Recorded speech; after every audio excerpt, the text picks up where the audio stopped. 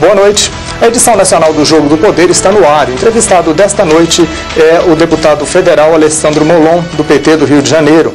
Ele é relator da proposta do Código Penal Brasileiro, do novo Código Penal Brasileiro e do Marco Civil da Internet. Antes de ser deputado federal, o senhor teve 2 mandatos como deputado estadual, não é? Boa noite, deputado. Boa noite, Marcelo. Eu quero cumprimentá-lo, agradecer o convite para a entrevista, cumprimentar a todos os telespectadores da CNT, agradecer a oportunidade de conversar com eles sobre, de fato, essas 2 propostas de grande importância que eu estou relatando na Câmara. E, de fato, é isso. Eu tive 2 mandatos como deputado estadual, fui eleito em 2002 e 2006, e agora... Em 2008 disputou a Prefeitura do Rio de Janeiro? Exatamente, fui candidato à Prefeitura do Rio, e depois, em 2010, eu fui eleito deputado federal pelo Estado do Rio de Janeiro, pelo Partido dos Trabalhadores. O senhor está no seu primeiro mandato como deputado federal e é relator de 2 propostas que interferem diretamente na vida de todo mundo, não é? Do novo Código Penal Brasileiro, que está em vigor há mais de 70 anos, Isso. E do Marco Civil da Internet. Vamos começar falando de novo Código Penal Brasileiro, não é? Talvez o assunto mais abrangente que a gente tenha para falar ao longo desta nossa conversa.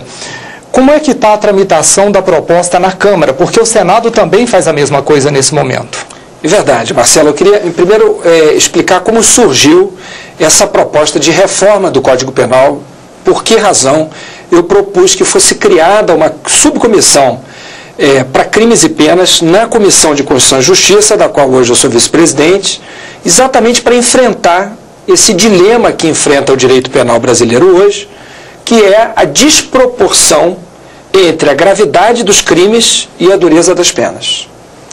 Isso significa o quê? Na sua concepção, as penas estão mais leves ou mais pesadas que os crimes que estão sendo cometidos? Depende do caso, né? Há casos em que elas são leves demais e há casos em que elas são pesadas demais.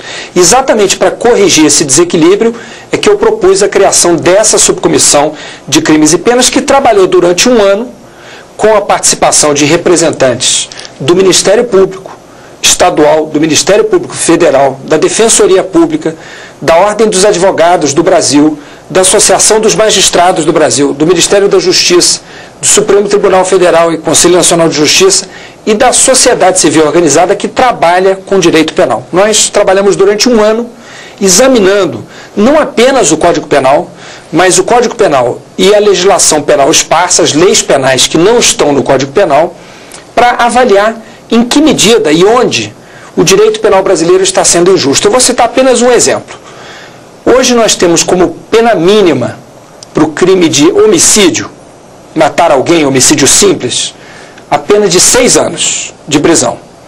E como pena mínima para o crime de falsificação de cosmético, a pena mínima de 10 anos de prisão. Ou seja, o dono do salão que adultera um shampoo, ele tem a pena mínima mais grave do que matar alguém. Exatamente. Ou seja, para o direito penal brasileiro, para o Estado brasileiro, é isso que o direito está dizendo, é mais grave falsificar um shampoo ou um batom do que matar alguém. Isso é uma evidente injustiça e não é possível construir o Brasil que a gente quer com um direito penal tão pouco razoável, tão injusto. Então, para corrigir isso, é que foi criada essa subcomissão. Ela trabalhou durante 1 ano.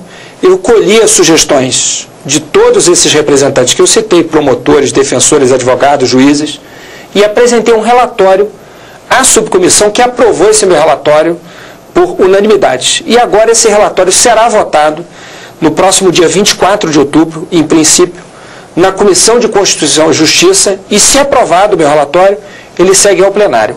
Portanto, essa reforma do Código Penal na Câmara começou antes da proposta do Senado, e ela não é, ao contrário da proposta do Senado, a criação de um novo Código Penal, de um outro Código Penal, mas é uma reforma que equilibra as penas no direito penal brasileiro tal qual nós o temos. Mas parece que na Câmara a reforma ela vai ser pontual, caso a caso. Para um tipo de crime, um determinado tipo de situação, uma solução. E o Senado está trazendo um documento novo, um documento que substitui esse que está em vigor desde os anos 40 no Brasil, é isso mesmo? Exatamente. O Senado propõe um documento inteiramente novo, nós não. Nós estamos propondo corrigir os erros que tem no Código Penal que está em vigor. E apenas para explicar a razão, a lógica dessa reforma, ela é basicamente o seguinte: os crimes que envolvem qualquer ato que atente contra o bem maior que o direito deve proteger, que é o bem da vida, eles devem merecer a punição mais grave. Então, qualquer crime que envolva violência deve merecer punição mais grave. Os crimes patrimoniais sem violência, como, por exemplo, o furto simples, né, que é subtrair algo de alguém, o batedor de carteira, ou o furto qualificado, né, que é, no fundo, tirar alguma coisa de alguém sem violência, nós propomos penas mais leves. Por quê? Porque nós temos visto pelo país inteiro casos de, eventualmente, de uma mãe de família que, tendo seus filhos passando fome em casa, num ato de desespero, vai ao supermercado e tenta furtar um saco de farinha. Um crime sem nenhuma violência. Teve um caso emblemático aqui, acho que na década de 90 ainda, em que uma mãe foi parar na cadeia porque havia furtado margarina para fazer uma receita para o filho, né? Então, num caso como esse, evidente que, como se trata de estado de necessidade, ou seja, como a pessoa, no fundo, furtou algo para matar a fome dos seus filhos, o juiz, ao final, certamente absolverá uma pessoa como essa, porque isso não é crime. Mas, enquanto aguarda o julgamento, uma pessoa como essa fica um ano esperando o julgamento com seus filhos, sem quem cuide deles em casa, numa situação econômica ainda pior, presa muitas vezes com criminosos graves, com pessoas que cometeram sequestros, assassinatos, tráfico de entorpecentes e assim por diante. Então, nós estamos agravando os crimes, a pena dos crimes com violência, reduzindo as penas dos crimes patrimoniais sem violência e agravando as penas dos crimes contra a administração pública. Então, vamos detalhar cada uma dessas frentes de atuação, digamos assim. Dos casos com violência. Não é? Me parece que, além de agravar as penas no caso de assassinato, dependendo da pessoa assassinada, essa pena vai ser ainda mais agravada. Por exemplo, para pessoas que lutam por direitos humanos, por exemplo. Exatamente. Quer dizer, nós estamos propondo o aumento da pena mínima do crime de homicídio simples de 6 para 8 anos, já que essa pena mínima de 6 anos do Brasil é a mais baixa do mundo. Nós não encontramos nenhum outro exemplo de país que tem uma pena tão baixa. Compromete a nossa imagem lá fora? Não digo nem lá fora, mas eu acho que um país que tem de 40 a 50 mil pessoas assassinadas por ano não pode ter a pena mais baixa do mundo para homicídio. Não é razoável. É claro que nós sabemos que não se enfrenta a violência, e eu quero deixar isso claro para o telespectador, para não criar nenhuma ilusão. Não se enfrenta esse problema apenas com o tamanho das penas. Esse é um elemento. Tem vários outros, inclusive nós podemos conversar hoje sobre isso aqui, a qualificação da perícia, um conceito mais amplo de segurança pública, mas a proporcionalidade das penas dos crimes em função da sua gravidade certamente é um elemento importante. Não é justo ter crimes leves com penas graves e crimes graves com penas leves. Então, nós estamos propondo o aumento da pena mínima do homicídio simples e aumentando o rol dos casos que qualificam o homicídio, fazendo com que o homicídio deixe de ser um homicídio simples para ser um homicídio qualificado, portanto com penas de 12 a 30 anos. Um exemplo é esse que você citou, quando se tratar do assassinato de um defensor de direitos humanos, pela sua ação como defensor de direitos humanos. Não é um assassinato numa briga de trânsito, é matar alguém porque alguém está denunciando grupos de extermínio, milícias e assim por diante. Então, o caso da Dorothy Stein, por exemplo, se enquadraria perfeitamente nisso? Perfeitamente nisso. Lá nos anos 80, Chico Mendes. Sem dúvida nenhuma. Outros casos, o assassinato de servidores públicos por conta de sua atuação como servidores públicos para a punição de criminosos ou de atos ilícitos, né? Denúncia de atos ilícitos. Jornalistas que denunciem atos de improbidade ou crimes. Nós temos no Brasil um número exorbitante de casos de jornalistas assassinados pelo fato de terem denunciado crimes ou atos de improbidade. Então nós estamos aumentando o rol das qualificadoras. Para quê? Para garantir que quem assassinar como forma de ocultar um outro crime ou de impedir a punição dos culpados, terá que pagar uma pena mais grave na cadeia. De volta com o Jogo do Poder, hoje entrevistando o deputado federal Alessandro Molon, do PT do Rio de Janeiro. Ele é relator do Marco Civil da Internet e da proposta de um novo código, ou da alteração do Código Penal brasileiro. Deputado, no bloco anterior a gente estava falando do que contém né, o seu relatório das propostas de alteração. E aí o senhor havia dito que entre essas propostas está o agravamento da pena para quem cometer crimes contra o patrimônio público. Explica melhor isso para a gente. Nós dissemos no bloco anterior que os crimes com violência praticados contra a vida, que atentem contra a vida, vão merecer uma punição maior na nossa proposta de alteração. Por outro lado, eu disse que nós reduziríamos as penas de crimes patrimoniais sem violência, como é o caso do furto simples, e agravaríamos as penas dos crimes praticados contra a administração pública. Portanto... Só uma coisa antes, um raciocínio anterior. Quando a gente ameniza a pena para furto simples, isso também não é uma licença para que ele seja cometido? Não, porque nós estamos mantendo uma pena, ou seja, quem praticar o crime terá que responder por ele, mas de uma maneira proporcional. E evitando, sobretudo, que a pessoa que cometeu um erro e praticou um primeiro furto fique presa com criminosos perigosos e, portanto, saia da cadeia pior do que entrou. Infelizmente, nós sabemos que com a superlotação do sistema carcerário e com a desorganização do sistema carcerário, que é uma realidade no país inteiro, nós sabemos que hoje as prisões funcionam muitas vezes como pós-graduação do crime.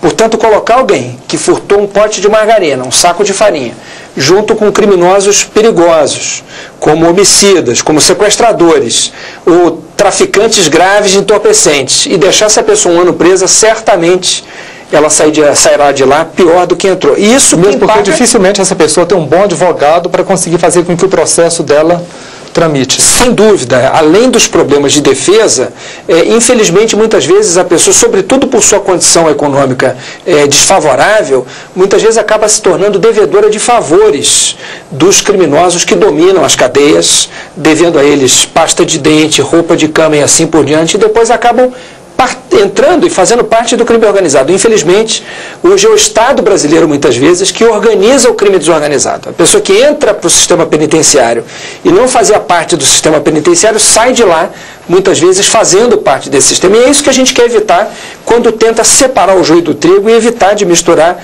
criminosos que cometeram crimes pequenos por uma primeira vez, por um erro, com criminosos perigosos que vão piorar aqueles primeiros. E em relação ao crime contra o patrimônio público? Em relação a isso, Marcelo, é muito importante deixar claro que a nossa proposta endurece em muito as penas dos crimes contra a administração pública.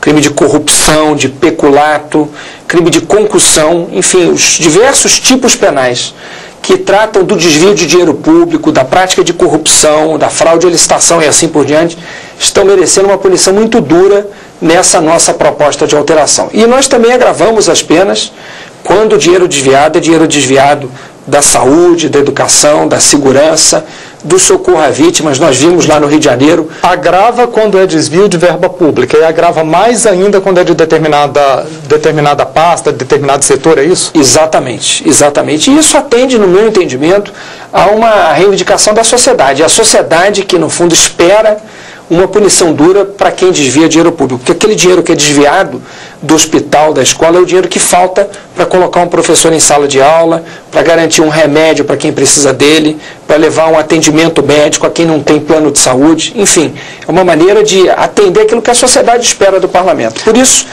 essa reforma, no meu entendimento, a proposta que nós estamos fazendo, da qual eu sou relator, tem recebido tanto apoio da sociedade, porque ela atende aquilo que a sociedade espera, me parece. Agora, o senhor acredita que com esta reforma pode diminuir um pouco essa sensação de impunidade que a sociedade convive com ela? Sem dúvida, porque as pessoas querem que as pessoas paguem por seus crimes de forma justa, não é? Ou seja, que a punição aconteça e de maneira razoável. É porque, em geral, a sociedade não está acostumada a ver quem desvia dinheiro público ser condenado. É verdade. Não é? O senhor acha que essa sensação tende a diminuir? Eu acho que tende a diminuir, sobretudo com o agravamento das penas, porque certamente isso funcionará como um elemento inibidor da prática desse crime. Não é o único, como eu dizia antes, né?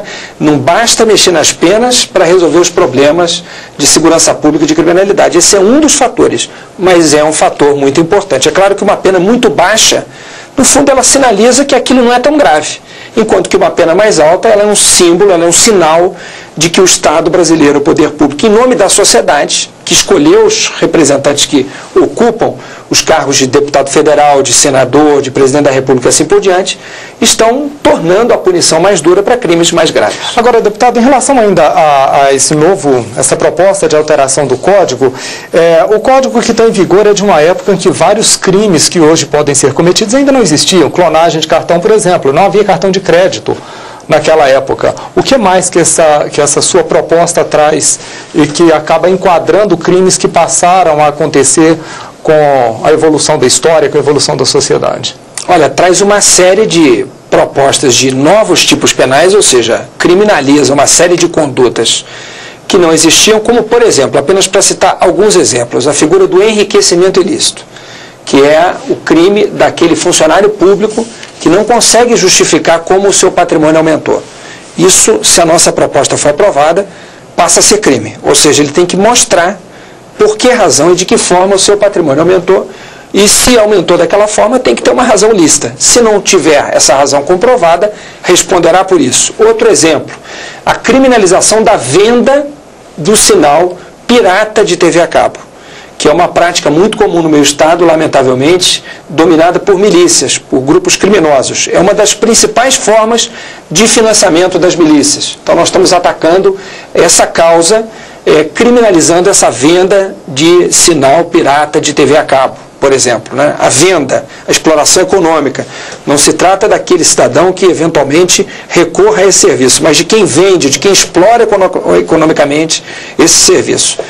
Outro exemplo, né, para citar para você, de crimes que não havia e que agora passam a existir também. Na verdade, crimes que havia, que já estavam previstos, mas um enfoque novo. Crimes ambientais, por exemplo, que nós estamos tratando. Nós estamos aumentando em muito a pena para crimes ambientais graves, como, por exemplo, o derramamento de óleo que ocorreu no Rio de Janeiro, da Chevron, no nosso litoral, e que poluiu bastante o nosso litoral. Hoje em dia, o limite da multa que uma empresa como essa pode pagar como pena pelo crime praticado é o limite de 3 milhões de reais. Isso é nada para uma petroleira. Nós estamos aumentando esse limite para pessoas jurídicas que têm um grande porte. Estamos aumentando esse limite para até 5 bilhões de reais, ou seja, algo que de fato vai pesar no bolso até mesmo de uma companhia petroleira. Pode até comprometer, né? Sem dúvida. A capacidade de investimento. Agora, outras propostas outras questões parece que estão ficando de fora dessa sua proposta, como, por exemplo, aborto, não é isso? É verdade. É uma situação que ficou fora. Por quê? Esses casos, quer dizer, casos que dividem o Congresso ao meio, casos que dividem através da profundidade da polêmica que estabelecem, como esse, e tantos outros, o próprio debate sobre descriminalização do uso de drogas, que é um outro debate que vem sendo feito no Congresso também, nós optamos por não trazer para o debate dessa reforma do Código Penal, porque nós temos a convicção de que esse tipo de polêmica, de que esse tipo de reflexão, num momento como esse, inviabiliza todo o resto da proposta. Então, são temas que racham o Congresso ao meio, que dividem o Congresso ao meio, que se qualquer parlamentar quiser debatê-los, pode apresentar um projeto de lei, como já há vários tratando desses temas, eles podem ser debatidos, mas colocá-los no seio de uma reforma dessa amplitude, certamente inviabiliza a proposta. Nós estamos vendo, por exemplo, os ataques que a proposta de reforma do Código Penal no Senado vem sofrendo. Também por ter incluído questões como essa. Lá entram questões mais delicadas, né? Pois é. E polêmicas, né, que de alguma maneira dividem o Congresso ao meio. Isso inviabiliza, tem inviabilizado e continuará inviabilizando reformas desse porte. São temas que, se quiser debater, que se debatem em projetos à parte.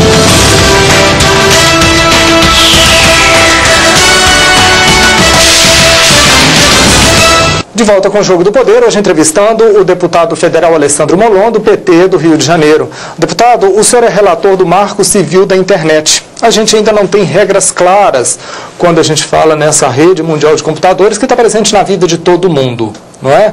Como é que está o andamento dessa proposta? Está no ritmo adequado?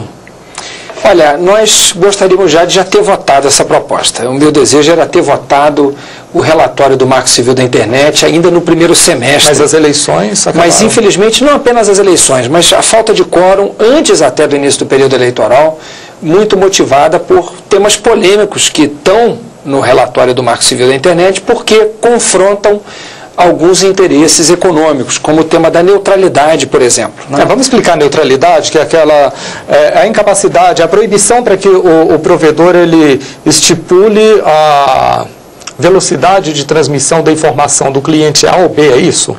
É exatamente isso, quer dizer, o conceito de neutralidade é a exigência de que se trate de maneira isonômica, igualitária, todo o pacote de dados, independente de onde venha, para onde esteja indo e independente do seu conteúdo, do tipo de pacote de dados que seja. Por quê? Por que é importante garantir isso? Garantir isso é importante para o usuário da internet. Por que razão? Porque é o usuário da internet que, ao escolher na internet o que ele quer ler ou quer acessar, ele deve ter o direito de fazer isso da forma mais livre possível. E se não houver neutralidade, essa liberdade fica prejudicada. Para explicar para o nosso telespectador agora de que maneira isso ficaria prejudicado.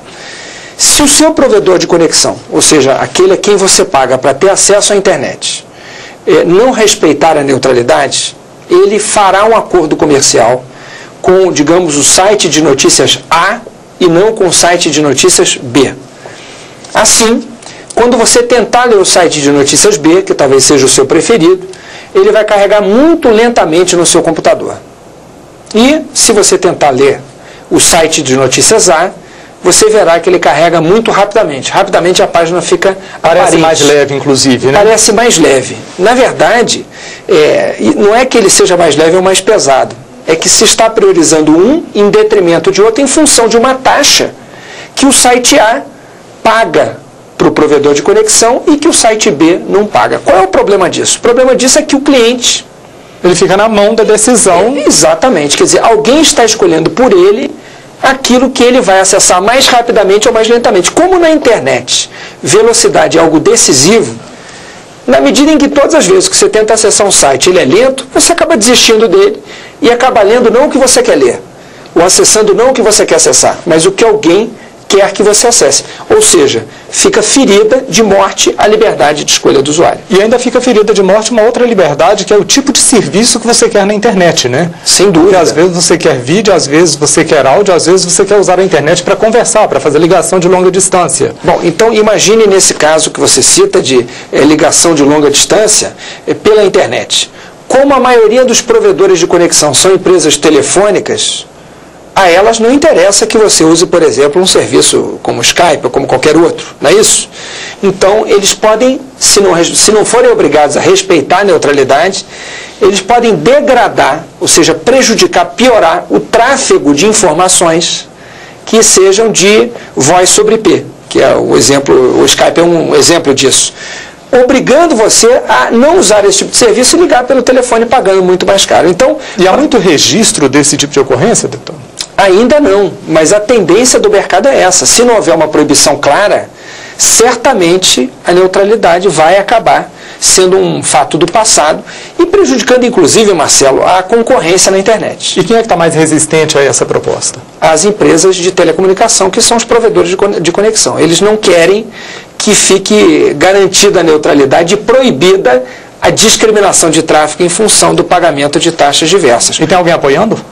Quem apoia a neutralidade são os usuários, os institutos de defesa do consumidor e os provedores de conteúdo. Mas empresas nenhuma, né? Não, as empresas que oferecem conteúdo, como empresas que produzem notícias, jornais, televisões, enfim, todo mundo que oferece conteúdo na internet é a favor da neutralidade porque quer competir em igualdade de condições. Não quer ter que pagar para poder ser escolhido pelo usuário para ser lido, entende? Quer dizer, não é razoável isso. Isso inibe a inovação. Se não houvesse neutralidade nos Estados Unidos, o Facebook não teria surgido. Ou teria surgido e não teria crescido, se ele tivesse que ir lá no começo pagar uma taxa especial para os seus usuários conseguirem acessar o Facebook. Então, a quebra da neutralidade, ela é ruim para o usuário, porque ele fica com menos liberdade de escolher o que ele quer ler, e prejudica também a inovação por causa da concorrência. E com relação à remoção de conteúdos considerados ofensivos, tem alguma coisa nessa proposta?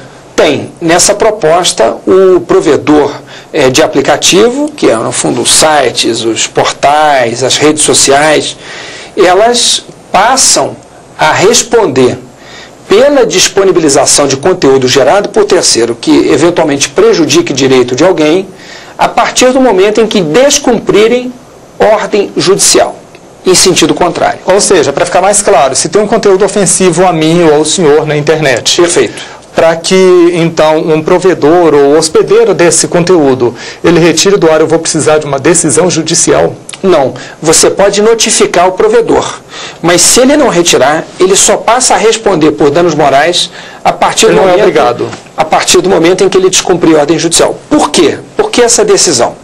Porque o que tem acontecido na internet, infelizmente, é que, por exemplo, pessoas que têm comentários contrários a si, a seu respeito... Num fórum de debate. Num fórum de debates.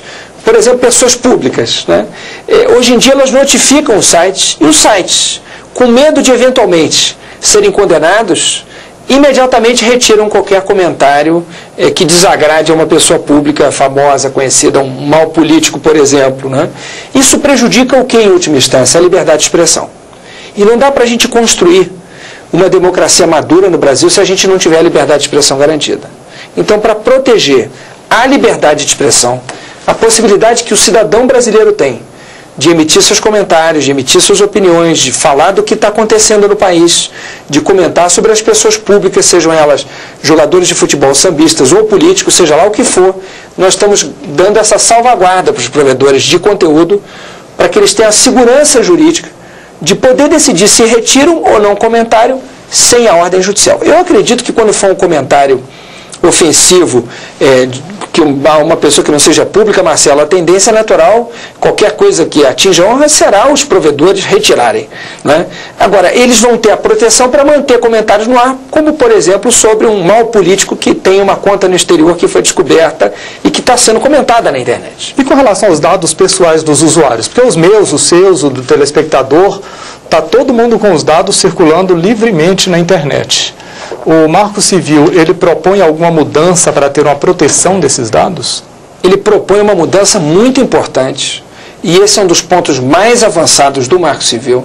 Ele dá uma grande segurança ao usuário da internet, garantindo a proteção à sua privacidade, à sua vida íntima e aos seus dados pessoais. Ou seja, os dados pessoais do usuário, todas as informações que digam respeito ao usuário, não podem ser fornecidas a terceiros sem a autorização expressa, livre, do usuário da internet. Ou seja, quando você preencher um cadastro na internet, quando alguma informação sua for postada numa rede social, isso não pode ser fornecido a terceiros, vendido como mercadoria para terceiros, como bancos de dados, né, que muitas vezes são vendidos e o nosso endereço, o nosso nome passa a ser alvo de cartas. Do nada você começa a receber uma mala direta em casa e não sabe como essa concessionária me achou. Exatamente. Então, para evitar que isso aconteça, nós estamos no Marco Civil deixando claro que isso passa a ser proibido, salvo o consentimento do usuário. Se o usuário quiser, aquilo pode continuar circulando como informação, mas se ele não quiser,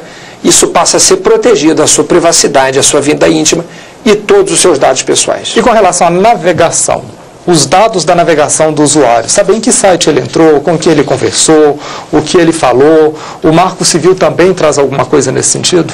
Traz. E essa pergunta é da maior importância porque isso é um problema sério que vem ocorrendo no Brasil, que é a fiscalização, a investigação por empresas daquilo que as pessoas estão acessando na internet sem a autorização delas, para vender isso como mercadoria, sem que ela sequer saiba.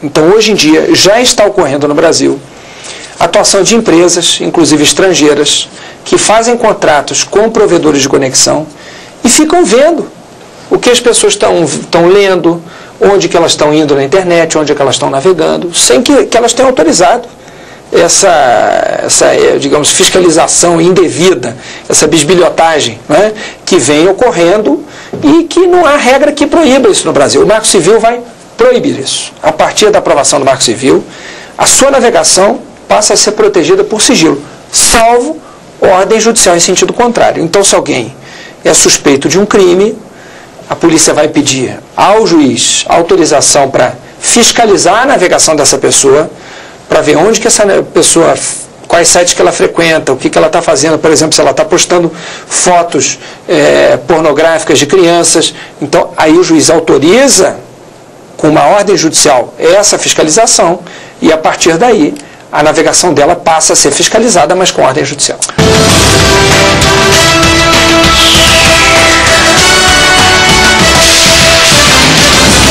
De volta com o Jogo do Poder, hoje entrevistando o deputado federal Alessandro Molon, do PT do Rio de Janeiro. Deputado, o senhor é autor do projeto Segurança Cidadã, não é? Primeiro eu queria entender um pouquinho mais desse conceito, e nessa proposta está a ideia de levar para os outros estados as unidades de polícia pacificadora que foram sucesso no Rio de Janeiro e que estão dando certo nos morros do Rio de Janeiro, nas comunidades do Rio de Janeiro, é isso mesmo? É isso mesmo, eu defendo há muitos anos, mesmo antes da instalação das UPPs, um modelo de policiamento que os especialistas chamam de policiamento comunitário ou polícia de proximidade, na França tem esse nome, que é aquela polícia que está no local onde as pessoas residem, que circula a pé por aquele local, que recobra, readquire a confiança da população na polícia. Conhece o morador, né? Conhece o morador conhece o policial, estabelecem vínculos de confiança, de respeito, de admiração, né? Então uma certa reconstrução do valor da polícia, da imagem da polícia, que é fundamental para garantir essa confiança da população, que passa informações para a polícia e passa a ser a principal aliada da polícia. Fato que não ocorre no outro modelo de policiamento, que é aquela polícia que você chama quando algum crime é cometido e cada vez vem um policial, sempre chegam tarde, porque normalmente até se chamar a polícia ela vir de carro, não há mais tempo de se prender os criminosos, e as polícias que entravam nas comunidades do Rio de Janeiro, trocando tiro com os criminosos, matando inocentes e não prendendo muitas vezes nenhum criminoso. Então aquele modelo é um modelo fracassado. O modelo que eu defendo é esse modelo, que é um sucesso no mundo inteiro e que felizmente começou a ser copiado no Rio de Janeiro recentemente, e que eu pretendo, com a aprovação desse projeto, garantir financiamento federal para expandir para outros lugares do país onde houver esse domínio territorial de certas comunidades por grupos criminosos dos mais diversos tipos, não apenas os traficantes. É fundamental levar essa experiência para as áreas em que há milícias também. Fato que existe hoje no Rio de Janeiro, mas também, lamentavelmente, se espalha para outros estados do Brasil.